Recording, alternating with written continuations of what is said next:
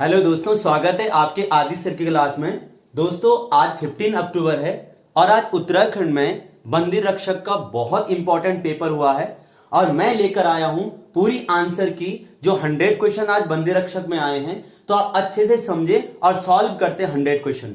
पहला क्वेश्चन है दोस्तों, वो है आचार्य हजारी प्रसाद द्विवेदी की जो रचना है जिसके लिए उन्हें साहित्य अकेडमी अवार्ड दिया गया है।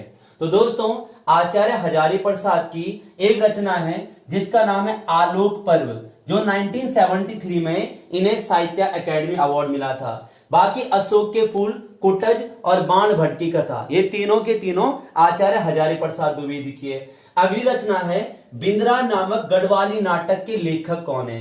दोस्तों मैं इसमें श्योर नहीं हूं, लेकिन मुझे जहां तक लगता है भगवती प्रसाद चंदोला इसके राइटर हैं, और अगर आपको लगता है तो कमेंट बॉक्स पे जरूर लिखिएगा। तीसरा क्वेश्चन है दोस्तों, उपमेय का उपमान में निषेध रहित आरोप क्या होता है।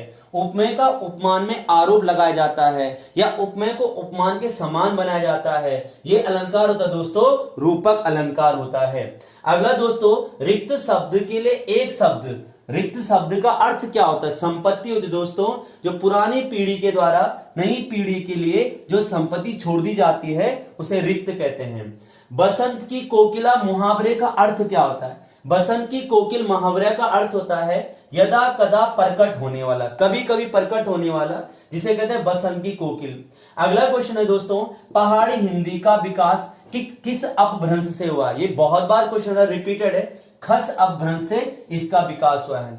अगला है सरकार शब्द किस भाषा का शब्द है। सरकार जो है दोस्तों फारसी भाषा का शब्द है। अगला क्वेश्चन है प्रारूपण की विशेषता कौन सी नहीं होती है। दोस्तों प्रारूपण मतलब होता है स्ट्रक्चर्स, जो सरकारी पत्रों का प्रारूप होता है उसकी विशेषता ये नहीं होती है कि उसकी भाषा अलंकार युक्त नहीं हो, कोई जरूर नहीं कि उसकी भाषा अलंकार युक्त हो। चलते हैं दोस्तों 9वें क्वेश्चन की ओर।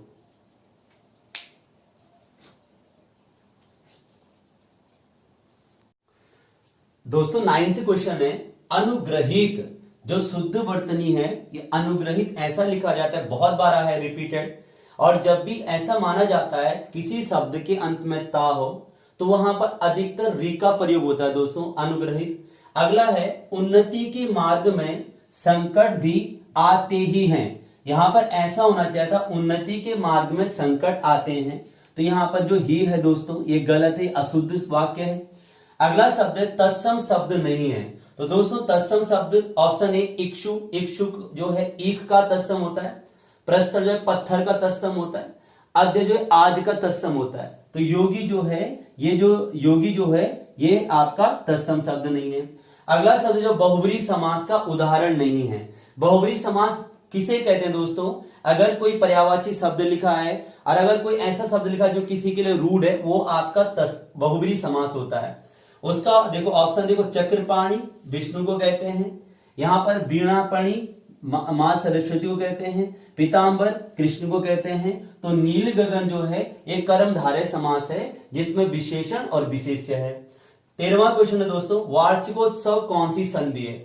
दोस्तों हमेशा जब भी किसी शब्द में ओ देख रहोगे, ओ की मात्रा से विच्छेद हो रहा हो, ये हमेशा गुण संधि होती है, और ओ को हमेशा उ लिखा जाता है, तो इसको आप कैसे तोड़ोगे, वार्षिक प्लस उत्सव, ये गुण संधि हो गई दोस्तों।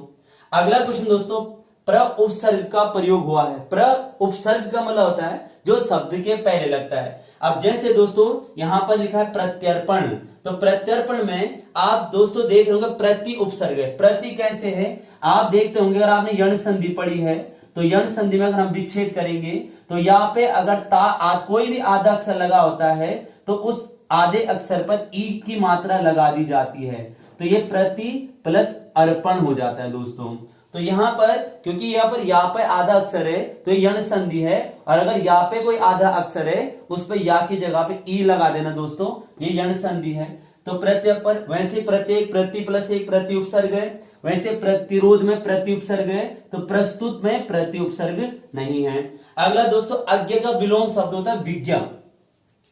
अगला दोस्तों HTML hyper text markup language, ये एक वेब भाषा है, वेब लैंग्वेज है।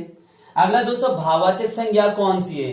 अब देखो दोस्तों गंगा नदी, जो अगर नदी होता है जाति, ये हो गया व्यक्तिवाचक संज्ञा, सोना चांदी ये द्रव्यवाचक संज्ञा, हाथी ये व्यक्तिवाचक संज्ञा। तो ये जो भूख है दोस्तों ये हो गया आपका भाववाचक संज्ञा भूख। अगला है बादल राग किसने लिखी है? सूर्यकांत त्रिपाठी निराला ने लिखी है। अगला है दोस्तों मध्यम पुरुष। दोस्तों सर्वनाम जो होता है, पुरुषवाचक सर्वनाम जो होता है 3 भागों में बटा रहता है। उद्यम सबसे पहले होता है उत्तम, फिर आता है मध्यम और फिर आता है अन्य। उत्तम का मतलब मैं, मध्यम का मतलब होता है तुम और अन्य का मतलब होता है वह या ये। तो ये तू जो है ये मध्य पुरुष हो जाएगा। उत्तराखंड के रचनाकार दोस्तों जीत सिंह नेगी। तो ये 20 क्वेश्चन जो हिंदी के थे, इसमें एक डाउटफुल क्वेश्चन है, वो है आपका बिंद्रा नाटक दोस्तों। अब उसमें यह तो हो सकता है भगवती प्रसाद या हो सकता है पुरुषोत्तम डोभाल, इनमें से एक आंसर होगा। मैं भगवती प्रसाद के साथ हूं, लेकिन यह भी हो सकता है पुरुषोत्तम डोभाल हो। और आप कमेंट बॉक्स पे लिखिएगा ये हिंदी के टॉप 20 क्वेश्चन।